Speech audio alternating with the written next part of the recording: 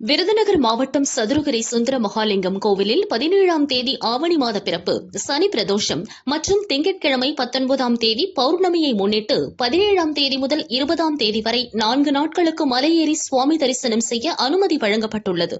காலை 6 மணி முதல் பிற்பகல் 12 மணி வரை பக்தர்கள் மலையேற அனுமதிக்கப்படுவர். மழை பெய்தால் மலையேற அனுமதி கிடையாது என வனத்துறை அறிவித்துள்ளது.